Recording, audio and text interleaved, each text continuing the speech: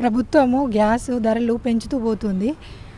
పెంచేదేమో 50, 100 పెరుగుతుంది. తగ్గించడమేమో 5, 10లలో తగ్గుతుంది. మాకు గ్యాస్ పథకం కూడా వర్తించడం లేదు. నెలకి 500 పడతాయి అన్నారు, పడడం లేదు. 1100 దాకా పెంచారు.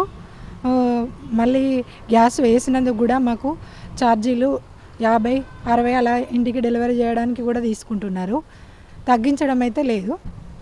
నెలకి 500 పడతాయి అన్నారు, అవి కూడా పడడం లేదు.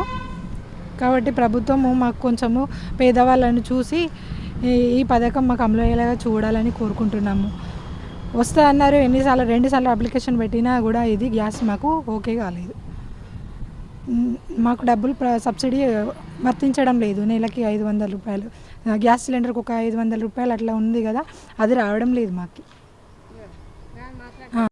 సారు మేము కూలి పని చేసుకుంటాం, ఇళ్ళల్లో పని చేసుకుంటాం, సాకలలో గ్యాస్కు పెరిగింది, ఇంతగానో రేటు పెరిగింది. మాకు ఇళ్ళకి ఏం పైసలు ఎక్కువ ఇస్తలేరు. జీతాలు అడిగితే ఎవరు పడతారు, అందరు వచ్చి పని చేసుకుంటారు.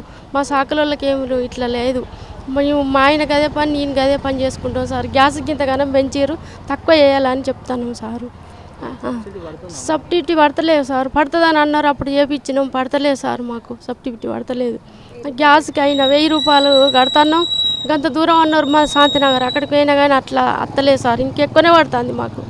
అన్నిట్లకు పప్పులకు గిప్పులకు అన్నీ కొనుక్కుందామంటే ఇంత రేటు పెరిగింది సార్. ఎట్లా గ్యాస్కు తక్కువ చేయాలని చెప్తున్నాం సార్. గ్యాస్ రేట్లు బాగా పెరిగినాయి. మా సొంటి మధ్యతరగతి వాళ్ళకు కట్టడం కష్టమవుతుంది. సబ్సిడీ పడుతుంది అన్నారు, పడతలేదు.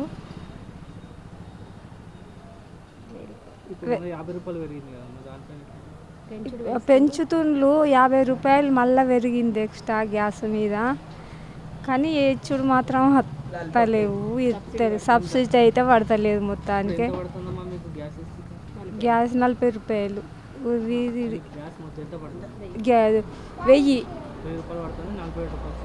సబ్సిడీ వస్తుంది అంతే. ఇట్లా మధ్యతరగతి వాళ్ళం బతకాలంటే బాగా కష్టం కదా కట్టడానికి. 500 గ్యాస్ అని ఇవ్వకపోయేది. ఇట్లా ఎంత కష్టం.